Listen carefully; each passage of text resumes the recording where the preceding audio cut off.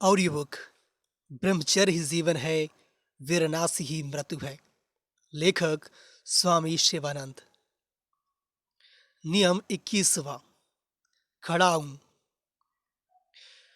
पैर के अंगूठे के पास जो बड़ी नस है, उसका व जनन इंद्रिय का बड़ा ही भारी लगाव है। वह नस यदि टूट जाए तो मनुष्य एक ही घंटे के भीतर मर जाता है। खड़ाऊ से जब वह नस दबती है, तब उसके साथ साथ काम वासनाएं भी दबने लगती हैं। जूते की गंदगी से जो जिंदगी का नाश होता है, सो खड़ाऊ से नहीं होने पाता। अक्सर सर्दी गर्मी व रोग आदि पैर व सिर इन द्वारों से ही प्रवेश करते हैं। जूते में कितनी बदबू भरी रहती है, इसका अनुभव जूते के पहनने वालों को भली भांति होता है। इसी कारण ब्रह्मचारी को जूता पहनना सर्वथा मना है। जूते के टुकड़े टुकड़े उड़ जाते हैं, परंतु प्रेमी मनुष्य उस बेचारे का पिंड नहीं छोड़ते। फिर रोग व काम रिपु भी ऐसे पुरुष का पिंड नहीं छोड़ते। यद्यपि बाहर से तेल पानी और सज धज के कारण ऐसा पुरुष वेश्या की तरह सुंदर दिखाई देता हो, परंतु उसका वह सौंदर्य गुप्त रोग व पाप से भरा रहता है। और इस बात की सत्यता थोड़ा सा निष्पक्ष आत्म संशोधन करने से तत्काल मालूम होती है। अस्तु सभी जगह पवित्रता आवश्यक है, इसमें कोई संदेह नहीं। खड़ाओं से मनोविकार शांत होते हैं, ये हमारा अनुभव है, तथा दृष्टि भी सतेज होती है। पर हाँ, ऐसा रही खड़ाऊ ना पहनना चाहिए जिससे कष्ट हो। खड़ाऊ हल्का व सुखप्रद होना चाहिए। खड़ाऊ का अच्छापन अथवा बुरापन उसकी खूंटी पर सर्वथा निर्भर है।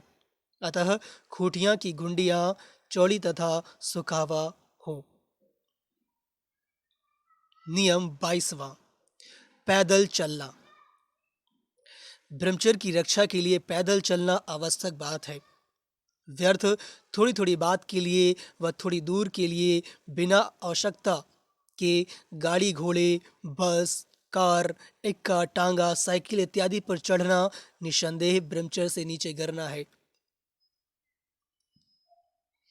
साइकिल इत्यादि पर चढ़ना निसंदेह ब्रह्मचर्य से नीचे गिरना है। साइकिल पर बैठने से तो ब्रह्मचर्य तथा स्वास्थ्य को बहुत हानि होती है। कैसी ही दिशा मालूम होती हो, परंतु 1 मील तक साइकिल पर बैठ के जाने से ही वह दब जाती है। दिशा मतलब सोच। अब कहो, फिर स्वास्थ्य की आशा कहाँ? साइकिल पर बैठने से जनन इंद्रिय की निचली नसों पर बड़ा कठोर दबाव पड़ता है, जिससे मनुष्य का पुरुष बल घटने लगता है। साइकिल पर विशेष बैठने वाले विशेष नामर्द एवं नपुंसक होते हैं।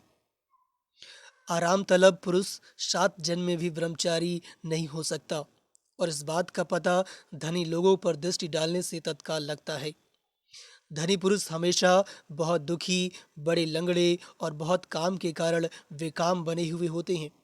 वे सदा सर्वदा रोगी ही बने रहते हैं। हे भगवान, पैदल टहलने का महत्व इन लोगों के ध्यान में कब आवेगा, और उनका तथा देश का उद्धार कब होगा? हमें अब शीघ्र जागृत कीजिए, यही आपसे हमारी नम्र प्रार्थना है। नियम 23वां। लोक निंदा का भय। इस ग्रंथ में वर्णन किए हुए वीरनाश के कुछ मुख्य लक्षण, इसे बार बार पढ़ो और शीशे में अपना मुंह जरा देखो। घमंडी बनने के भाव से नहीं, किंतु घमंड को दूर करने के भाव से देखो। यदि तुम्हारे नेत्र नाक के कोने के पास काले होने लगे हों, तो उन्हें वीर के नाश से और भी काले मत बनाओ, और फिर अपना काला मुंह लेकर अकड़ कर समाज में ना घूमो। बुद्धिमान पुरुष तुम्हें देखते ही पहचान लेंगे कि तुम कितने बर्बाद हुए हो। भला अब इस ग्रंथ को पढ़ने वाले पुरुष से तुम छिप सकोगे? क्या साबुन से वे नेत्र के काले धब्बे निकल सकेंगे? कदापि नहीं। सब स्त्री पुरुष या बालक को अपनी ऐसी पतित दशा देखकर, अपना काला मुंह देखकर निसंदेह बड़ा ही दुख होगा। उन्हें कृत कर्मों का पछतावा होगा। प्रिय मित्रों, तुम्हें यदि सच्चा पछतावा होता हो, तो हम आपको इसकी अत्यंत सुलभ औषधि बतलाते हैं। कि वीर रक्षा करो। बस यही इसकी सुलभ व अनुभवसिद्ध औषधि है। जितना अधिक तुम वीर्य धारण करोगे, उतना ही अधिक तुम्हारा मुंह उज्जवल बनता जाएगा। आंखों की वह कालिमा नष्ट होती जाएगी और जितना अधिक तुम वीर्य नाश करोगे, उतना ही अधिक तुम्हारा मुंह काला बनता जाएगा। यदि तुम 6 ही महीने वीर्य संग्रह करोगे तो तुम्हारे तन मन दोनों पवित्र बन जाएंगे और चेहरा स्वच्छ बन जाएगा। पूर्ण विश्वास रखो। जब से तुम वीर्य धारण करने लगो, तब से ऐसी दृढ़ भावना रखो कि हमारे नेत्र स्वच्छ हो रहे हैं। नेत्र पर से हाथ घुमाकर कहो कि अब कालिमा नष्ट हो रही है, हमारे नेत्र स्वच्छ हो रहे हैं। सूर्य के माफिक मेरे नेत्र तेज संपन्न हो रहे हैं। मेरी दृष्टि पवित्र हो रही है, पाप दृष्टि नष्ट हो रही है। मैं निष्पाप हूँ, पवित्र हूँ, तेजस्वी हूँ इत्यादि। तुम इस ग्रंथ में के दिव्य नियमानुसार चलने से वीर रक्षा प्रतिज्ञा पूर्वक कर सकते हो। ऐसा हमारा अत्यंत दृढ़ अनुभव है। प्राणायाम से दृष्टि अत्यंत तीव्र होती है। हाँ, कीर्ति की तथा आत्मोद्धार की सच्ची इच्छा जरूर होनी चाहिए। लोक निंदा का भय वीरनाश कारणी कुवृत्तियों को रोकने के लिए अति उत्तम उपाय है। ऐसा सज्जनों का अनुभव है। नियम 24वां, ईश्वर भक्ति। अपि चेत्सु दुराचारो भजते मामन्य भाक साधुरेव सा मंतव्यः सम्यग् व्यवसितो हि सः। क्षिप्रं भवति धर्मात्मा सस्वक्षान्तिं निगच्छति कौन्तेय प्रतिजानीहि न मे भक्तः प्रणश्यति। गीता के अध्याय 9 का श्लोक 30 से 31। अर्थ, कितने ही दुराचारी क्यों ना हो, परंतु यदि वह मुझे एक निष्ठ भाव से भजता है तो उसे साधु ही समझना चाहिए, क्योंकि उसकी बुद्धि का निश्चय अच्छा हुआ है। वह बहुत शीघ्र धर्मात्मा होता है, वह चिर शांति को प्राप्त होता है। हे कौन्तेय, तू पूर्ण ध्यान में रख कि मेरे भक्त की कभी अधोगति हो ही नहीं सकती। संतप्त मन को शांत करने के लिए और अपवित्र मन को पवित्र व सर्वश्रेष्ठ बनाने के लिए भगवत भक्ति एकमात्र सबसे श्रेष्ठ, सुलभ व सच्चा उपाय है। अन्य उपाय कष्टप्रद हैं। अतएव आत्मशुद्ध्यर्थ भगवान का स्मरण, ध्यान, गान आदि आपको रोज अवश्य ही करना होगा। जैसी हमारी भक्ति होगी, वैसे ही हम में विरक्ति भी प्रकट होगी। हरि व्यापक सर्वत्र समाना, प्रेम ते प्रगट हो ही मैं जाना। श्रद्धाम यो अयम पुरुषो यो यच्छ्रद्ध सा एव सह। यानी मनुष्य श्रद्धामय है, जैसे उसकी श्रद्धा होती है ठीक वैसा ही बन जाता है। ऐसा भगवान का भी वचन है। क्रोधी भाव से क्रोधी, कामी भाव से कामी, अभिमानी भाव से अभिमानी, व्यभिचारी भाव से व्यभिचारी, प्रेमी भाव से प्रेमी, ब्रह्मचारी भाव से ब्रह्मचारी व ईश्वरीय भाव से मनुष्य भी निसंदेह ईश्वर रूप बन जाता है। वास्तव में मन जिसका ध्यान करता है वह तदरूप ही बन जाता है। दोष वर्णन से मनुष्य जैसा दोषी बन जाता है, वैसे ही सद्गुण वर्णन से मनुष्य भी निसंदेह सद्गुणी बन जाता है। तब फिर भगवान के गुण वर्णन करने से और उसी का नियम पूर्वक ध्यान करने से हम प्रत्यक्ष भगवत रूप ही क्यों बन जाएंगे, अवश्य बन जाएंगे। यदि हम हनुमान जी का ध्यान और गुणगान करेंगे तो हम भी उन्हीं के समान भक्त व ब्रह्मचारी अवश्य बन जाएंगे। अतएव ब्रह्मचारी को चित्त शुद्धि के लिए रोज नियम पूर्वक सुबह शाम दोनों वक्त भगवत जन पूजन, स्मरण, ध्यान आदि अवश्य करना ही चाहिए, क्योंकि भगवान कहते हैं, मेरी भक्ति करने वाले मेरे ही स्वरूप में आकर मिलते हैं और स्त्री की भक्ति करने वाले स्त्री रूप में व सूकर कूकर के रूप में जा मिलते हैं।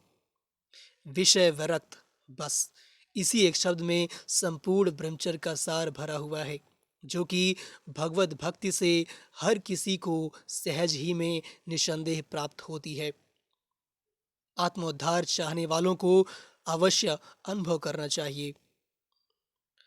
भोजन के प्रत्येक कौर से जैसे भूख की शांति व शरीर की पुष्टि तथा कांति बढ़ती जाती है, वैसे ही ज्यों-ज्यों भक्ति का सेवन किया जाता है, त्यों-त्यों विरक्ति व मुक्ति भी मनुष्य को निसंदेह प्राप्ति होती रहती है। संक्षेप में कहा जाए तो विषय वैराग्य ही भाग्य है और वही शांति का मूल है। आचार्य कहते हैं, दुखी सदा काह, सदा दुखी व भागा कौन है? विषयानुरागी, यानी कि जो विषयासक्त है, जिसका विषय से लगाव है। शांति शांतिम आपनोति न काम कामी, भगवान कहते हैं, कामी पुरुष कदापि शांत नहीं हो सकता। विषय वासना ही संपूर्ण दुखों की जड़ है और विषय वैराग्य ही संपूर्ण सुखों की एकमात्र कुंजी है। और यह विषय वैराग्य किंवा विषय विरक्ति भगवान की भक्ति से हमें निसंदेह प्राप्त होती है। ऐसा असंख्य महापुरुषों का तथा श्री तुलसीदास जी का जैसे कट्टर महाभक्त का स्वानुभाविक सिद्धांत है। प्रेम भक्ति जल विनु खगराई, अभ्यंतर मल कबहू न जाई। आहा, बहुत ही सत्य है। सत्य वचन अरु नम्रता परतिये मात समान, इतने पर हरि ना मिले तुलसीदास जबान। अतः यदि हमें अपना उद्धार करना हो, अपने मन को दुरुस्त करना हो, परम शुद्ध व परम श्रेष्ठ बनाना हो, तो रोज नित्य नियम पूर्वक परम कृपालु परमात्मा का भजन पूजन हमें अवश्य ही करना चाहिए। भगवत भक्ति ही सब दुखों से मुक्ति पाने का तथा चित्त शुद्धि का सर्वश्रेष्ठ उपाय है और चित्त शुद्धि ही ब्रह्मचर्य का सच्चा रहस्य है। नियम 25वां, नित्य नियमावली का पाठ। रोज प्रातः इस ब्रह्मचर्य की नियमावली का अवलोकन व पठन करना कभी न भूलो, क्योंकि इसी में ब्रह्मचर्य रक्षा का सार है, इसी में चेतावनी है, इसी में ब्रह्मचर्य के संस्कार हैं। नियमावली को एक बार प्रातःकाल में रोज देखो, बहुत उपकार होगा। हम विश्वास दिलाते हैं कि यह आपका नियम दर्शन व पठन कभी निष्फल नहीं होगा। तुम्हें वह अवश्य बलपूर्वक सन्मार्ग पथ पर घसीट कर ले आवेगा। इतना ही नहीं, बल्कि यदि कोई इस नियमावली का सतत 1 वर्ष तक पाठ शुरू रखेगा तो उसमें क्या ही ऊंचे भाव पैदा होंगे, इसका खुद उसी को अनुभव हो जाएगा। हाथ कंगन को आरसी क्या, हम प्रतिज्ञा पूर्वक कह सकते हैं कि यह 25 नियम व ब्रह्मचर्य नियम 25 मुर्दे को भी चैतन्यमयी बना सकता है। बस इससे अधिक क्या कहें, स्वयं अनुभव कीजिए। ओम यति। संपूर्ण सुधारों का दादा ब्रह्मचर्य। आजकल देश भर में सुरों की सेना बढ़ रही है, जिसे देखो वही व्याख्यान दाता और देश सुधारक बनता फिरता है। इधर उधर मंडूक मंडली का टर टर कोलाहल सुनाई दे रहा है। कागजी घोड़ों के खुरों की खनखनाहट जोर शोर से कानों में घुस रही है। ऐसा मालूम होता है मानो अब कोई बड़ा भारी कर्मवीर हमारी सहायता करने के लिए आ ही रहा है। परंतु देखते हैं क्या, कुछ नहीं। कोई देशभक्ति के बहाने, कोई देश कार्य के बहाने, कोई समाज स्थापना के बहाने अपना अपना स्वार्थ साधन कर रहे हैं। कोई ऐसे उदार पुरुष हैं कि बिना पैसे लिए व्याख्यान ही नहीं देते। भला ऐसे देश भक्ति शून्य वाक्य पंडितों से देश का क्या सुधार हो सकता है? केवल बातों के लड्डुओं से कौन तृप्त हो सकता है? हमें ऐसे प्रत्यक्ष निस्वार्थी कर्मवीरों की बड़ी भारी आवश्यकता है, जिनके केवल मुख ही नहीं बल्कि संपूर्ण शरीर ही हमारे सच्चे कर्तव्य की हमें सच्ची शिक्षा दे सकते हैं। एक आदर्श पुरुष देश का जितना सुधार कर सकता है, उस सुधार का एक सहस्त्रांश भी सुधार हजारों निर्वीर वाक्य पंडित अपने आयु भर के कोरे व्याख्यानों से नहीं कर सकते। व्याख्यानबाजी से कोई कदाचित समझता हो कि भारत अब जाग उठा है, तो यह उसकी गलती है। भारत जैसे पहले था, वैसा ही आज भी है। हिंदुस्तान पहले की तरह आज भी ठंडा ही है। विशेष फर्क हुआ है सो यही कि वह पहले से आज अधिक बढ़-बढ़ करने लगा है। भारत में प्रत्यक्ष निस्वार्थी कर्मवीर बहुत ही कम दिखाई देते हैं। स्वयं दुराचारी, अत्याचारी व दंभी होने पर भी अपने को सदाचारी और ब्रह्मचारी समझना तथा लोगों के नेता होने का दम भरना, इससे सुधार तो नहीं बल्कि भारत का बिगाड़ ही अधिक हुआ है और होता है। बगैर नीति बल के, चारित्र बल के कोई पुरुष कदापि श्रेष्ठ व यशस्वी हो ही नहीं सकता। ये अटल सिद्धांत है। और नीति बल, चारित्र बल, किंवा आत्मबल बिना ब्रह्मचर्य के धारण किए साप्त जन्म में भी प्राप्त नहीं हो सकता। यह भी उतना ही सत्य सिद्धांत है।